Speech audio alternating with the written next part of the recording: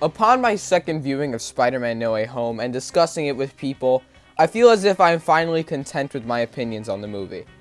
And surprisingly, I actually liked it better on my second viewing of the film compared to the first. Usually with movies, I really enjoy them because of the wow factor of everything going on, and then in my further viewings, I'll be able to point out its flaws, find its plot holes, and enjoy certain aspects less. Because it was my second viewing, I really thought it flowed very well, knowing what was going to happen. On my first viewing, I had a mental checklist of things that I wanted to see, and that pretty much blocked me being able to enjoy the movie as a cohesive and compelling story. The movie is actually really good, and truly is a perfect culmination of 3 Spider-Man franchises. It really does feel like the Spider-Man equivalent to Avengers Endgame, and really makes Far From Home and No Way Home feel like a 2-part adventure as Infinity War and Endgame was. I don't plan to be extremely specific in this video, as I also can't really keep checking back for things that I want to talk about. I really only have good things to say about this movie, and my complaints will be very minor. Here is your final warning that there will be major spoilers ahead from this point on, so if you haven't seen this film yet, well, what are you doing? Go out and see it. It's really spectacular. With that being said, let's get into the review. I'm going to begin with the story because I feel it's here where most of the complaints will come from. When the trailers for this movie came out, I was very concerned on how this movie will play out story-wise, and honestly, my concerns did come into fruition.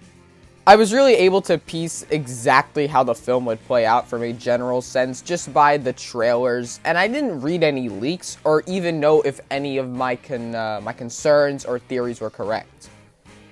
This movie started off right where Far From Home left off, and I thought that was really perfect. It was really nice to see how this movie took its opening 20 minutes to flesh out the characters and see how they had to adapt in a bunch of aspects of their lives in such a short amount of time. The first 30 to 40 minutes of this film is extremely fast-paced, and I really love that because it emphasizes the urgency of Peter Parker's situation. At first, I actually thought this movie took a long time to actually get to the second half, but on my second viewing, knowing what was going to happen in the end, I was able to actually enjoy the story for what it was. I also really liked how MJ and Ned were also affected by Peter's identity revealed, and Peter's main reasoning for wanting to cast that spell isn't because he's being selfish, he's doing it for his friends and his aunts to protect them and allow them to live their best lives. Because of this reason and putting emphasis on Peter's selflessness, Peter wanting Doctor Strange to cast his spell is very reasonable, and makes Peter screwing up the spell more accurate to his character. Also, the Matt Murdock cameo was very cool, and "I'm just a really good lawyer" line had me actually laughing in the theater. Essentially, what I'm saying is that I was concerned over the Doctor Strange spell screwing up setup, but in execution, I actually felt it worked, and puts a toll on Peter Parker that he will hold for the remainder of the film and probably the rest of his time in the MCU. I've seen a lot of reviews going around saying how this plot line felt lazy, and the writers really just needed to find a way to get to the second half or the destination. And while I see where these complaints are coming from, and I totally understand them, I feel that in this universe, where we have the Avengers, the multiverse, and Doctor Strange, it makes a lot of sense that Peter would think of going to Strange. What I'm trying to say is that, especially for the beginning of this film, the writers used the fact that this movie takes place in the Marvel Universe to their advantage. Especially for a kid who really wants to fix his and his friends' and family's lives, having Doctor Strange as an urgent option to try and fix things and use time travel that has obviously been used in this universe before is extremely understandable. So, of course, as we know, the spell screws up and Doctor Strange contained its effects, or so he thought. Now we experience that long-awaited and teased bridge scene where Peter is trying to once again fix his friends' lives and not his own. Right as that conversation between Peter and the MIT lady began to go south, Doc Ock appears and we get a fight scene with good stakes, and I love how Peter isn't focused necessarily on beating Otto, but he's more focused on saving the innocent people on the bridge. I thought the way Peter beat Otto, or really the way Otto beat himself, was actually awesome and really used Spider-Man's resources and Iron Spider suit to his advantage. Now Peter and his friends are offered a second chance at college, and even after outsmarting Doc Ock and saving that MIT lady, Peter is still as awkward as ever, which is great because that's his nature and it still remains even after being a hero. Then the Goblin shows up, and Peter and Doc are transported to Doctor Strange's basement, which I actually thought was smart to break up the action. After a high-stakes battle with Doc Ock, it would have felt odd to then have another high or even higher-stakes battle with Goblin before the movie's halfway point. So then we learned that Lizard was also captured, and I'll talk more about the Lizard and the other villains when I go further in my opinions on the characters later in the video. So MJ and Ned are brought in to keep watch on the captured villains while Spider-Man and Strange go their separate ways to go find some more multiversal trespassers. Then we get to the introduction to Electro and Sandman, who are conveniently in the same place at the same time. I forgot to mention this before, but this movie does a great job of keeping the villains' arcs from the previous movies in place. Back to the movie where Sandman and Peter have to team up to fight Electro, and I think it serves for a short, fun fight that perfectly refreshes the viewer of Sandman's redemption at the end of Spider-Man 3. Also, Peter's rocking his black and gold suit here, which is just his main suit inside out. It looks cool, but was obviously only in the story for promotional reasons. And it's only dirty because someone threw slime at Peter that he couldn't wash out on his own. So now, Electro, Sandman, Doc Ock, and Lizard are all trapped in Doctor Strange's basement. This offers for some cool interactions between the villains, like Max and Connors knowing each other, and then eventually Otto being amazed at the fact that Norman is alive, and then Sandman revealing that both Otto and Norman are actually dead in their universe. Little does he know that he is too. So now we finally get back to Norman Osborn, and God, Willem Dafoe is so good in this role, but I'll get back to that later as well. Norman is still talking to the Goblin mask and in his head, and even when Norman destroys the mask, the Goblin laugh continues to signify how the Goblin is still inside of him. The broken mask is a common trope, yet still effective, and this scene is offered as a quick character moment that holds a lot of value. Spider-Man swings to Feast in a hurry because he knows that Norman is out there.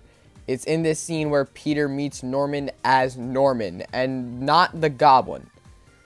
It's also where Aunt May convinces Peter that he should cure them all. Back to Strange's basement where he returns and traps Norman. Here we finally learn of Strange's true plan to send him back and place them at the exact spot in time they were pulled from. Then the villains reminisce of their final moments of the universe and realize, oh shit, they were all about to die. But Peter, being selfless and listening to Aunt May, takes the box from Strange and tries to escape. And then we get the most visually stunning scene, fight, encounter, whatever in the movie. This mirror dimension fight between Strange and Spider-Man is up there with the Mysterio illusion scene from Far From Home, and honestly, I would argue is even better. Apart from how beautiful it looks, it also offers for a great character moment for Peter diving into the fact that he's extremely smart, and he uses geometry to trap Doctor Strange in the mirror dimension. Keep in mind, Strange controls the mirror dimension and has been essentially trolling Peter the whole fight by making him swing into infinite loops and experience the trippiest of situations. Even in the mirror dimension, Peter is able to outsmart Strange by just using his brain, and this is so good for a character like Spider-Man, because his true superpower is his heart and his smarts. His spider powers just allow him to actually execute actions and be a hero. This is a great scene and has Spider-Man win the fight in probably the best and only way possible that seems natural for his character.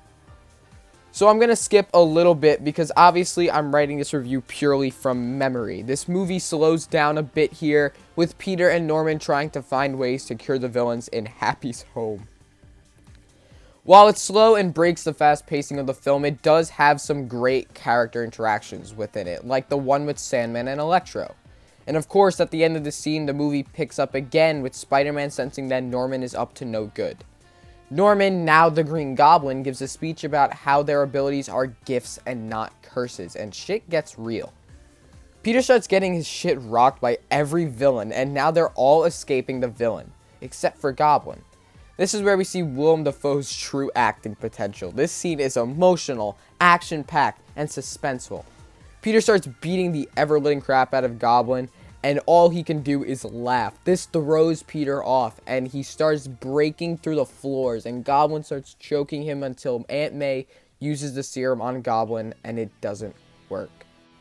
And then Goblin hits May with his glider and throws a pumpkin bomb that Spider-Man has to try and knock away.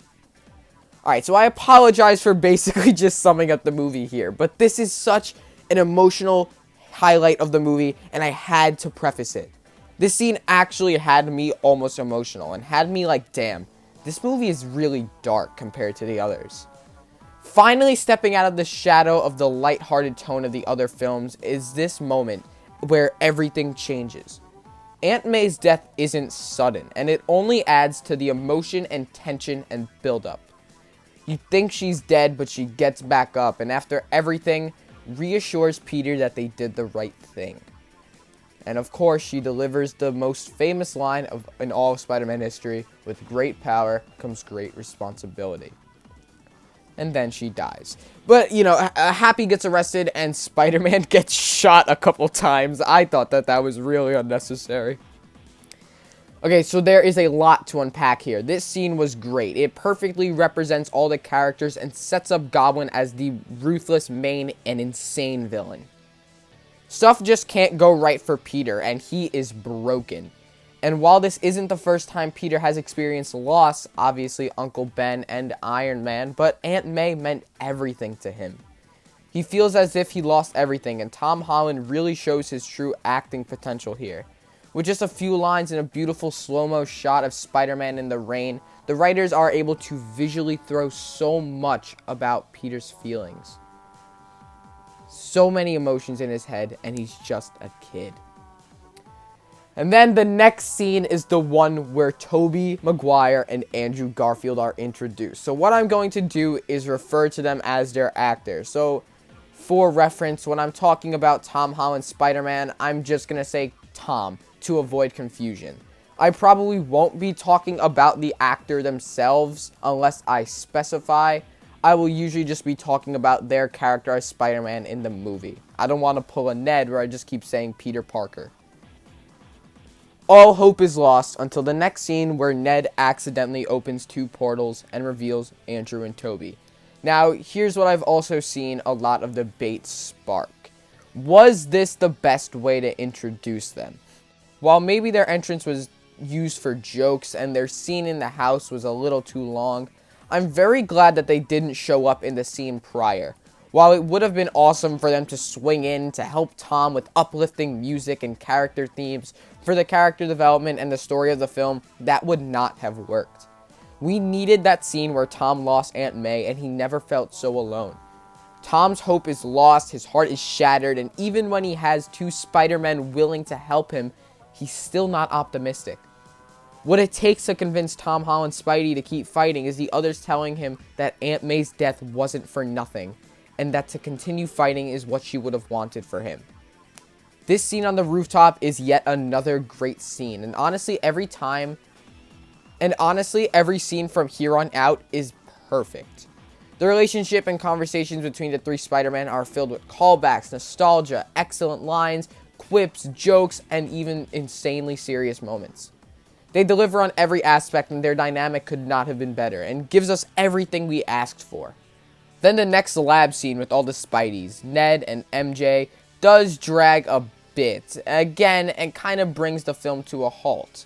While it still has those amazing conversations between the characters, it's still interesting to watch and definitely lasts a little too long though. I thought the part with Ned trying to get Tom's attention was so funny as he kept saying Peter Parker in different ways, and then the part where Tobey tells Ned about how Harry tried to kill him.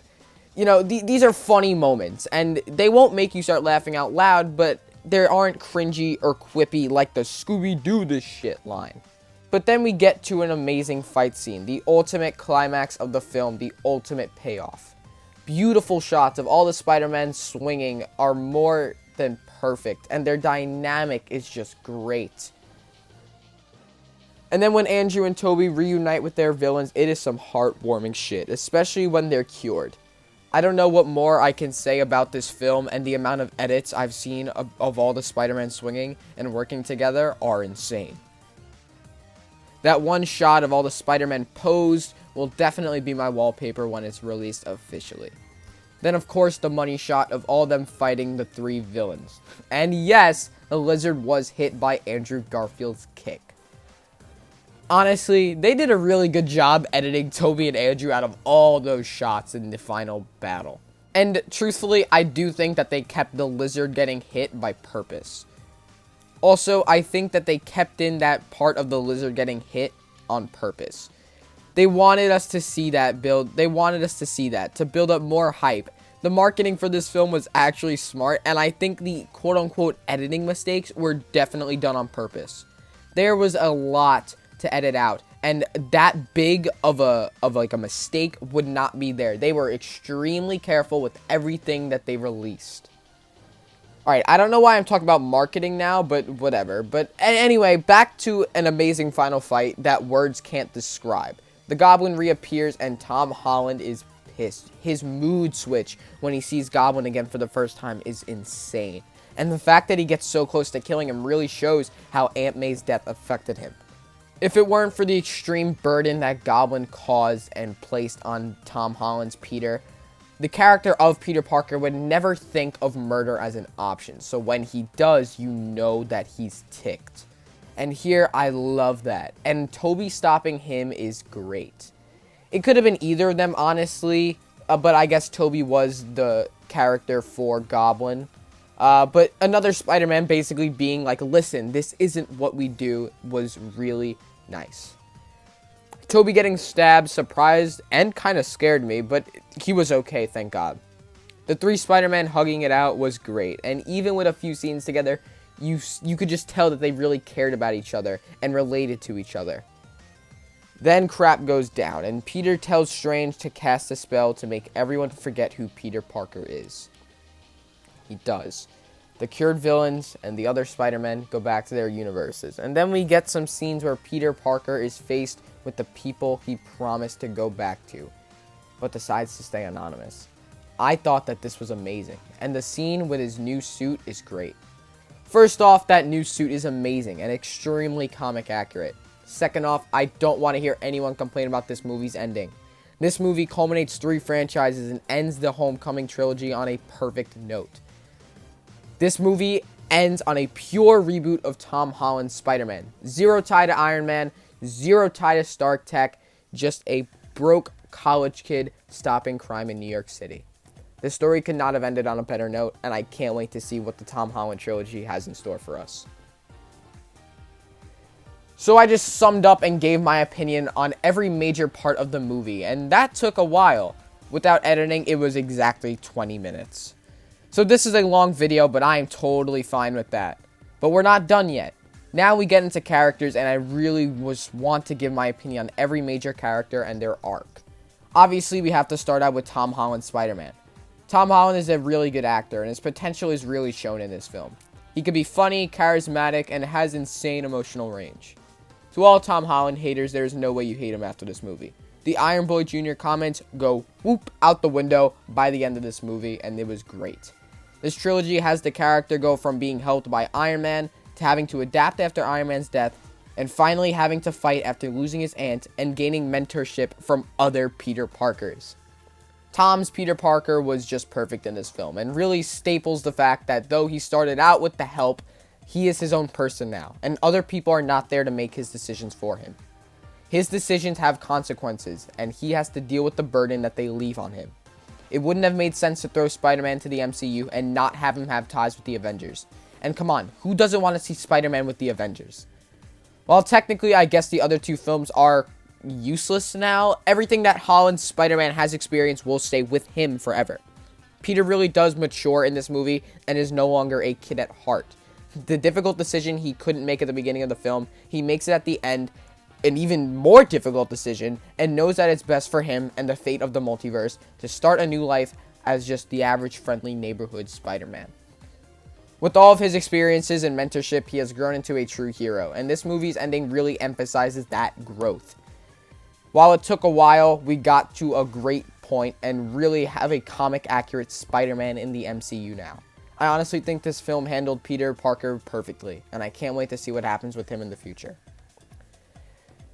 MJ, Michelle Jones Watson, is another character that is dove into a lot in this movie. I think this is actually the first time that they also use her last name Watson, but I just might not have noticed that in other films.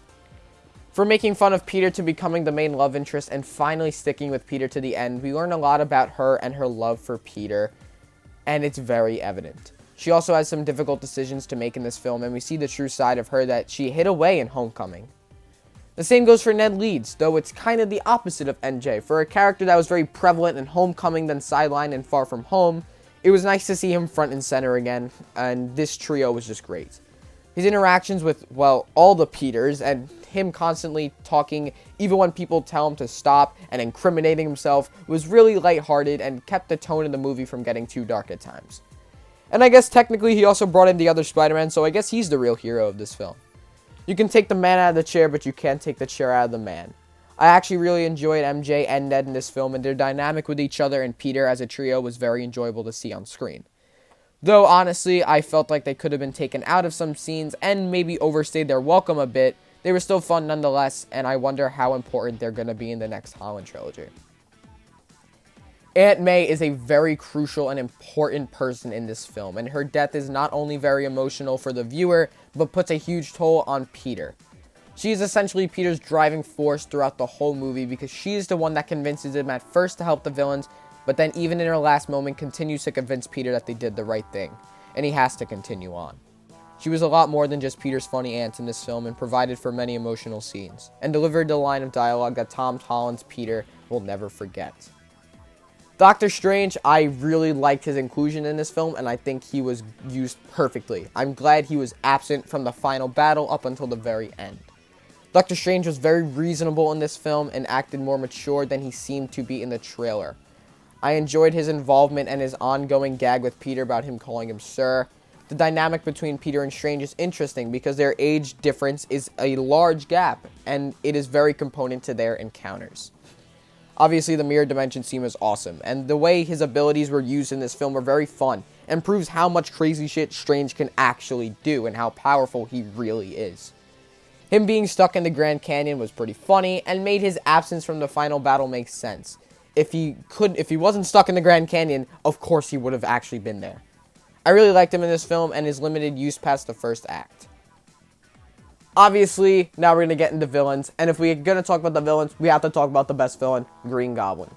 And honestly, this is really all thanks to Willem Dafoe's great acting performance. The way Willem is able to play this character that has an internal struggle with himself and is constantly switching between a confused old man and a crazy supervillain is really impressive.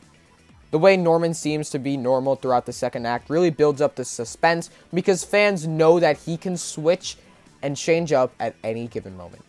The moment he does switch from Norman to the Goblin is subtle and powerful, because when Otto tells Norman that he'll be whole again, we don't even have to see Willem Dafoe's face, but that Goblin voice comes out and you know shit's about to go down. Then the spider sense scene ensues, where Peter has to find out what Goblin's up to, and he sets the whole final battle in motion. The Goblin offers for extremely tense moments that really build up the stakes. When Spider-Man is beating the crap out of him, Goblin can't help but laugh, and you know that this man is insane. And Willem Dafoe is so great at conveying these emotional switch-ups. Even at the end where Peter is beating him up, he continues to influence and even convinces Peter that he killed his aunt. That is evil. Even after being saved by Tobey's Spider-Man, he stabs him. Green Goblin is by far one of the best villains in the entirety of superhero movie genre, and Willem Dafoe could not have had a better performance. Dr. Octavius, like Goblin, is a perfect representation and continues the story that he had in Spider-Man 2. I thought the bridge scene was great, and I thought he had some great lines of dialogue.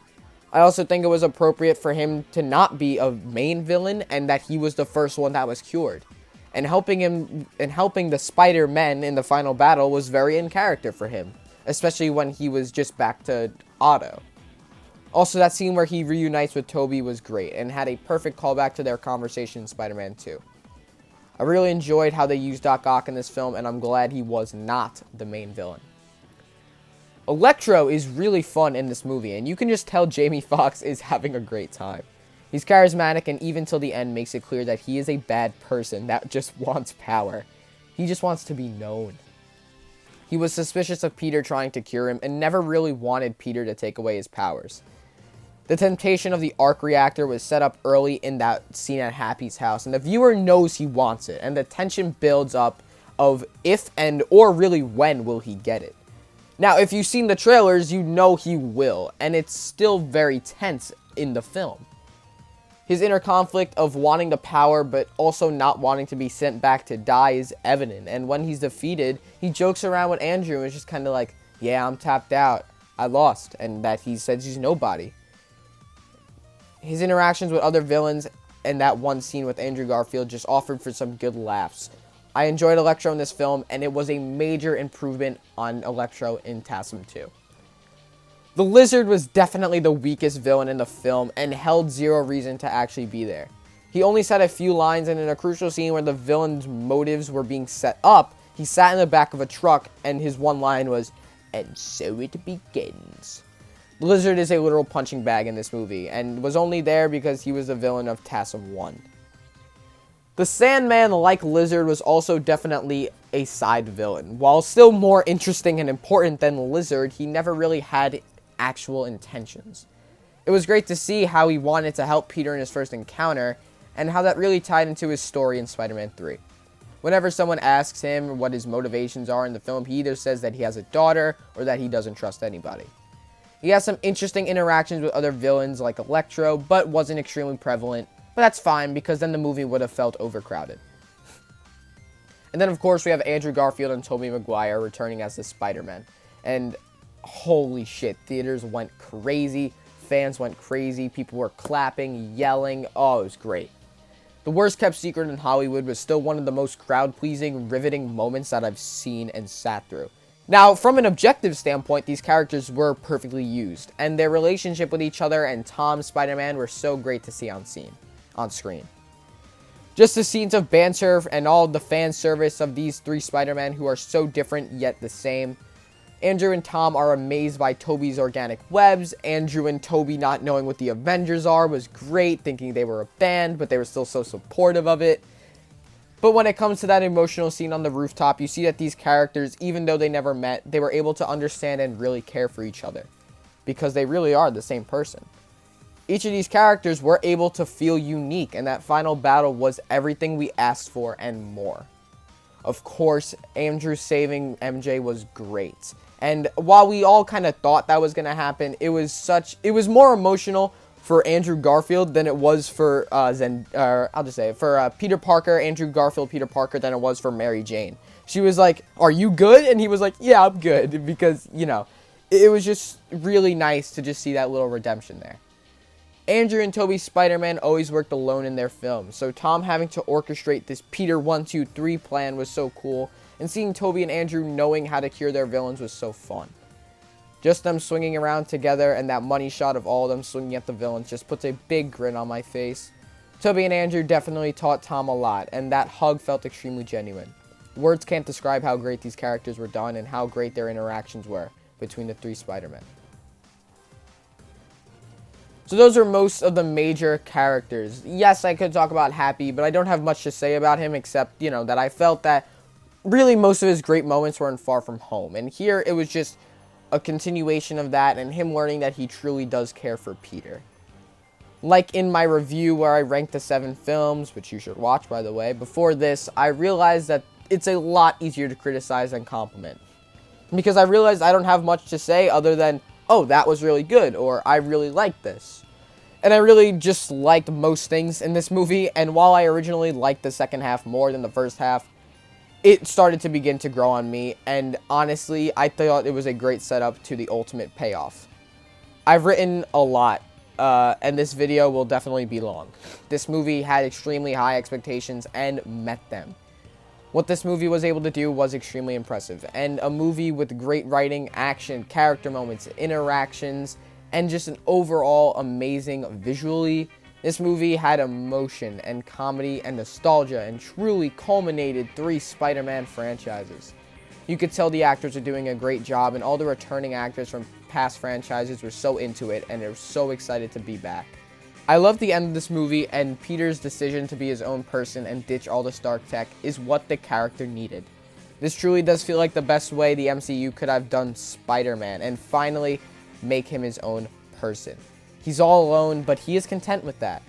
Now, with all the memories and burden that his experiences have left on him, Peter will use these experiences, Aunt May's legacy, and the mentorship from the other Spider-Man to continue on and truly become the friendly neighborhood Spider-Man we all love from the comics with a new, good-looking suit. And if that wasn't enough, this movie also has 2 post-credit scenes that were really fun. I'm glad that Tom Hardy's Venom will not be the MCU Venom because he was set up as a hero, anti-hero, lethal protector in his universe. Tom Hardy's Venom isn't necessarily a villain, and I'm glad the writers decided to just tease the symbiote in the MCU and then send him back.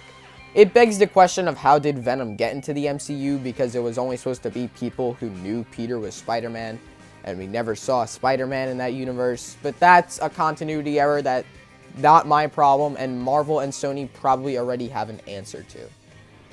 And then the other one was a whole-ass teaser trailer for Multiverse of Madness, and I thought it was sick. Especially ending with Doctor Strange will return. This trailer was not posted online, so actually experiencing it for the first time in a theater was really great. And it was perfect because Multiverse of Madness is a continuation of No Way Home. And after seeing that movie, it was very cleverly placed. And now with that long, extensive review over, I'm going to fit this into my ranking. If you couldn't tell, it's obviously number 1. I wouldn't change my other rankings, at least not yet, but definitely this convinces me that all the Spider-Men, all the actors are really great, and I can't wait to see how Marvel and continue Tom's storyline. 9.5 out of 10, I love this movie.